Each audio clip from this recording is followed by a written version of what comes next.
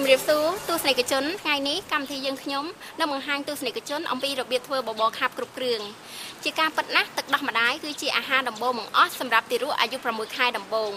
ប៉ុន្តែនៅពេលដែលកុមារអាយុចាប់ពី6ខែឡើងទៅកុមារត្រូវការអាហារបន្ថែមពីលើទឹកដោះម្ដាយថែមទៀតដូច្នេះដើម្បីឲ្យយល់កាន់តែច្បាស់សូមអញ្ជើញទស្សនិកជនទៅជួបជាមួយនឹងមន្ត្រីជំនាញជាមួយនឹងនាងខ្ញុំសូមអញ្ជើញជំរាបសួរអ្នកគ្រូចា៎ជំរាបសួរអ្នកគ្រូអាចជម្រាបបានទេថាតើទឹកដោះម្ដាយមានសារៈសំខាន់អ្វីខ្លះចំពោះទារកចាទឹកដោះម្ដាយគឺជាអាហារដំបូងបង្អស់សម្រាប់ទារកព្រោះថាទឹកដោះម្ដាយគឺជាអាហារដ៏ល្អឥតខ្ចោះដែលធម្មជាតិបានផ្ដល់មកឲ្យអ្នកម្ដាយគ្រប់រូបដើម្បីចិញ្ចឹមនិងការពារកូនពីជំងឺផ្សេងចាជាការពិតណាស់នៅអាយុ6ខែដំបូងនៃជីវិតទារកត្រូវការទឹកដោះម្ដាយតែមួយមុខប៉ុណ្ណោះក៏ប៉ុន្តែនៅពេលដែលពួកគេមានអាយុចាប់ពី6ខែឡើងទៅទឹកដោះម្ដាយតែមួយមុខគត់គឺមិនគ្រប់គ្រាន់ទៅនឹងតម្រូវការនៃការធំលូតលាស់រាងកាយប្រាជ្ញានិងការពារពួកគេពីជំងឺផ្សេងៗនោះទេចាដូច្នេះសូមអ្នកម្ដាយនិងអ្នកថែទាំកុមារទាំងអស់ផ្ដល់បបរខាប់គ្រប់គ្រឿងដល់កុមារនៅពេលដែលពួកគេមានអាយុចាប់ពី6ខែឡើងបបរខាប់គ្រប់គ្រឿង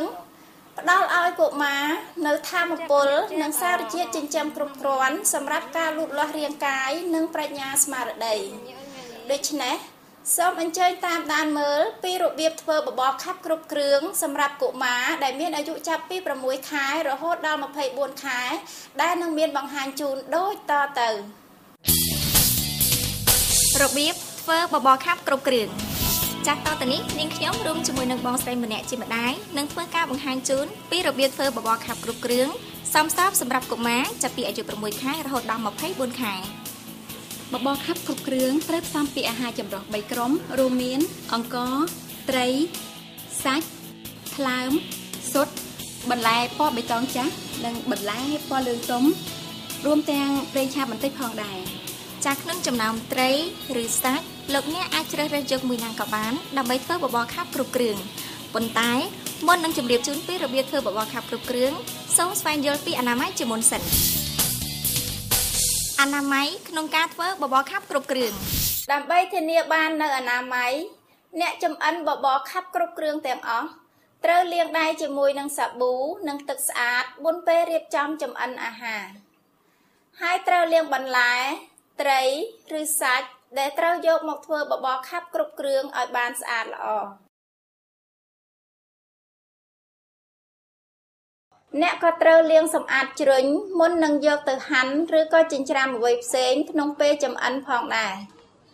ត្រូវចាំថាសម្ភារៈដែលប្រើប្រាស់ក្នុងពេលចម្អិនត្រូវលាងសម្អាតនិងទុកដាក់ឲ្យបានស្អាតល្អក្រោយពេលប្រើប្រាស់រួចជាពិសេសត្រូវមានចាននិងស្លាបព្រាសម្រាប់កុមារដាច់ដោយឡែកដោយមិនប្រើប្រាស់ជាមួយនឹងចានស្លាបព្រាសម្រាប់មនុស្សធំនោះទេក្នុងនោះបន្លែមានច្រើនមុខដែលអាចយកធ្វើបានដូច្នេះលោកអ្នកអាចជ្រើសរើសយកបន្លែស្លឹកពណ៌បៃតងចាស់ដូចជាត្រកួនទីស្លឹកបាសដើម្បីដាក់ចូលក្នុងបបរលាយជាមួយនឹងល្ពៅការ៉ុតឬដំឡូងជ្វាសាច់ពណ៌លឿងចា៎បន្តពីបានដឹងពីគ្រឿងផ្សំរួចហើយឥឡូវនេះសូមតាមដានពីរបៀបធ្វើបបរខាប់គ្រប់គ្រឿងជាមួយនឹងយើងខ្ញុំដូចតទៅជាដំបូងត្រូវដាក់អង្ករចូលក្នុងឆ្នាំងតូចល្មមមួយរួចលាងអង្ករមួយទឹកហើយដាក់ដាំបបរសូមចាំថាដើម្បីធ្វើបបរខាប់គ្រប់គ្រឿងមិនត្រូវដាំបបររាវពេកទេហើយឥឡូវនេះក្នុងពេលរង់ចាំបបរពុះយើងបែរមករៀបចំគ្រឿងផ្សំផ្សេងទៀតវិញអ្នកត្រូវយកបន្លែដែលលាងស្អាតមកហាន់ឲ្យល្អិត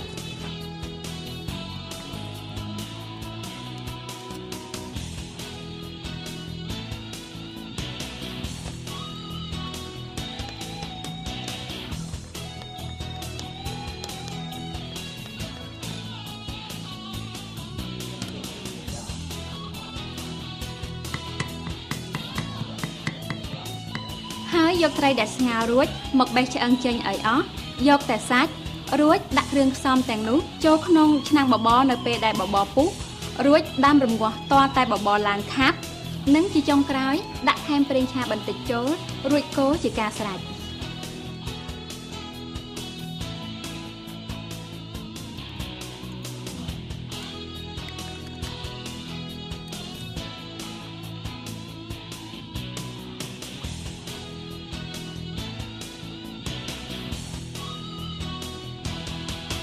ចុះបើយើងចង់ដាក់សាច់វិញតើយើងត្រូវធ្វើបែបណាយើងត្រូវចិញ្ច្រាំសាច់ឲ្យបានម៉ត់ល្អមុននឹងដាក់ចូលក្នុងឆ្នាំងបបរដែលដាំពុះដោយពុំចាំបាច់ស្ងោរមុនដូចត្រីទេដើម្បីកុំឲ្យកូនធំនឹងបបរសាច់គ្រប់គ្រឿងយើងត្រូវឆ្លាស់បន្លែត្រីឬសាច់ខុសគ្នានៅពេលដែលយើងធ្វើបបរខាប់គ្រប់គ្រឿងម្ដងបបរខាប់គ្រប់គ្រឿងឆ្អិនហើយតែប៉ុណ្ណឹងយើងអាចយកទៅបញ្ចុកកូនបានហើយមែនទេចា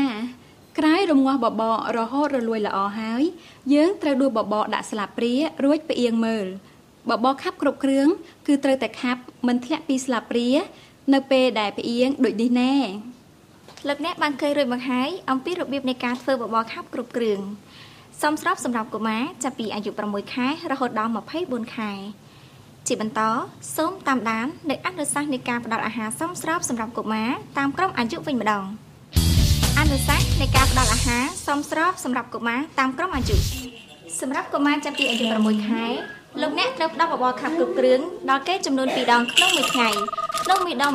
ចំនួន3ស្លាបព្រាបាយ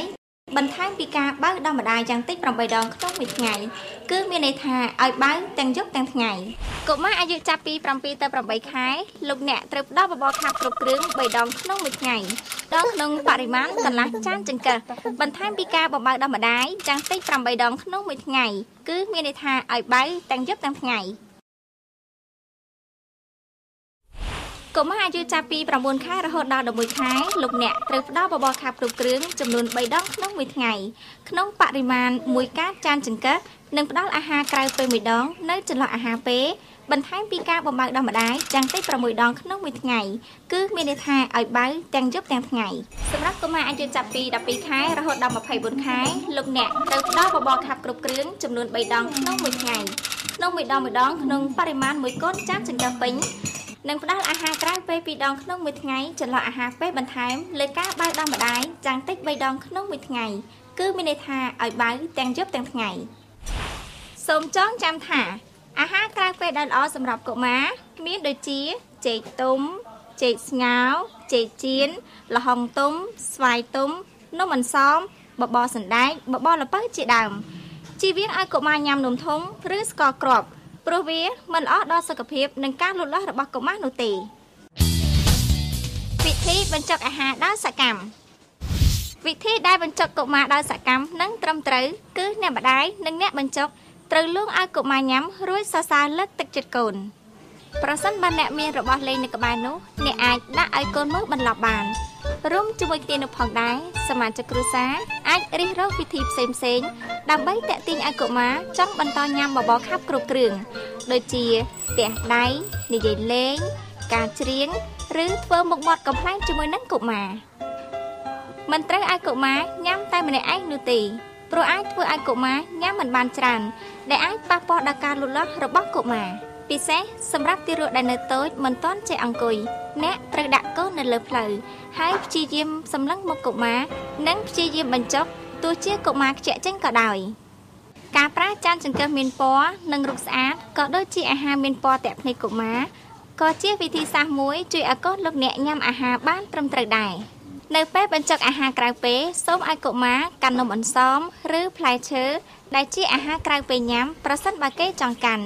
ព្រោះវាអាចធ្វើឲ្យកុមារកាន់តែមានអារម្មណ៍ចង់ញ៉ាំបន្ថែមទៀតអនាម័យក្នុងពេលបញ្ចុកកូនម្ដាយឬអ្នកបញ្ចុកអាហារកុមារត្រូវលាងដៃខ្លួននិងកុមារឲ្យបានស្អាតមុនពេលបញ្ចុកចាននិងស្លាបព្រាសម្រាប់បញ្ចុកកុមារត្រូវលាងនិងជូតឲ្យបានស្អាតមុនពេលដាក់បបរចូលហើយអ្នកត្រូវប្រើចាននិងស្លាបព្រាសម្រាប់កុមារដាច់ដោយឡែកមិនត្រូវឲ្យកុមារប្រើចានឬស្លាបព្រាលាយឡំជាមួយនឹងមនុស្សធំនៅក្នុងគ្រួសារនោះទេធ្វើដូចនេះដើម្បីបញ្ជាក់ថាអ្នកបានបញ្ចុកកុមារអស់តាមបរិមាណដែលបានកំណត់របៀបទុកដាក់បបរខាប់គ្រប់គ្រឿងឲ្យបានត្រឹមត្រូវដើម្បីទុកដាក់បបរខាប់គ្រប់គ្រឿងឲ្យបានត្រឹមត្រូវអ្នកត្រូវគ្របឆ្នាំងបបរឲ្យបានជិតល្អរួចដាក់ក្នុងទូសំណាញ់ដែលបិទជិតឬយកគម្របមកគ្របពីលើដើម្បីការពាររុយរោមធូលីដីហុយឬសត្វល្អិតចង្រៃលុកលុយអាហារឆ្អិននិងអាហារឆៅត្រូវដាក់ដាច់ដោយឡែកពីគ្នាអាហារឆៅត្រូវដាក់នៅផ្នែកខាងក្រោមអាហារឆ្អិនដាក់នៅធ្នើខាងលើ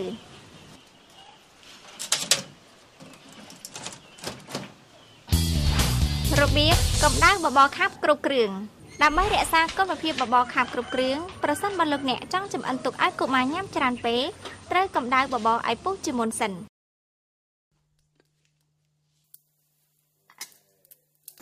ចាលោកអ្នកបានស្វែងយល់ជាបន្តបន្ទាប់រួចមកហើយអំពីរបៀបធ្វើបបរខាប់គ្រប់គ្រឿងនិងការផ្ដល់អាហារបន្ថែមសមស្របសម្រាប់កុមារដែលមានអាយុចាប់ពី6ខែឡើងទៅខាងក្រោមនេះគឺជារបៀបធ្វើបបរខាប់គ្រប់គ្រឿងមួយបែបទៀតដែលផ្សំចេញពីអាហារប្រចាំថ្ងៃរបស់គ្រួសារសម្រាប់អ្នកម្ដាយដែលរវល់ហើយដែលមានកូនអាយុចាប់ពី9ខែឡើងទៅរបៀបធ្វើបបរខាប់គ្រប់គ្រឿងសម្រាប់កុមារចាប់ពីអាយុ9ខែដោយប្រើអាហារប្រចាំថ្ងៃរបស់គ្រួសារបបរខាប់គ្រប់គ្រឿងនៅតែជាចំណុចដ៏ល្អសម្រាប់កុមារចាប់ពីអាយុ6ខែរហូតដល់24ខែប៉ុន្តែដែលសង្កេតឃើញថាមានអ្នកម្ដាយនិងអ្នកថែទាំកុមារមួយចំនួនបានឈប់ដល់បបរខាប់គ្រប់គ្រឿងដែលងាកមកផ្ដល់នៅអាហារគ្រួសារជំនួសវិញនៅពេលដែលកុមារមានអាយុចាប់ពី9ខែរហូតដល់10ខែដោយសារមូលហេតុផ្សេងៗដូចនេះយើងសូមណែនាំពីរបៀបធ្វើបបរខាប់គ្រប់គ្រឿងដែលផ្សំចេញពីអាហារប្រចាំថ្ងៃរបស់គ្រួសារដើម្បីឲ្យកុមារទទួលបាននូវសារជាតិគ្រប់គ្រាន់ដូចជាបបរខាប់គ្រប់គ្រឿងដែរជាដំបូងអ្នកត្រូវដួសបាយដាក់ក្នុងចានមួយសូមចងចាំថាដើម្បីបានបាយដែលទន់ងាយស្រួលកុមារញ៉ាំអ្នកត្រូវផ្អៀងឆ្នាំងបាយពេលផ្ងំដើម្បីឲ្យទឹកធ្លាក់មកផ្នែកដែលយើងចង់បានបាយជ្រាយបន្ទាប់មកដួសសាច់ឬត្រីដែលមាននៅក្នុងសម្លឆានិងស្ងោរនិងបន្លែផ្សេងៗដាក់ចូលក្នុងចានបាយហើយពីចូលគ្នាឲ្យបានម៉ត់និងខាប់ដូចជាបបរខាប់គ្រប់គ្រឿងដែលយើងបានចម្អិន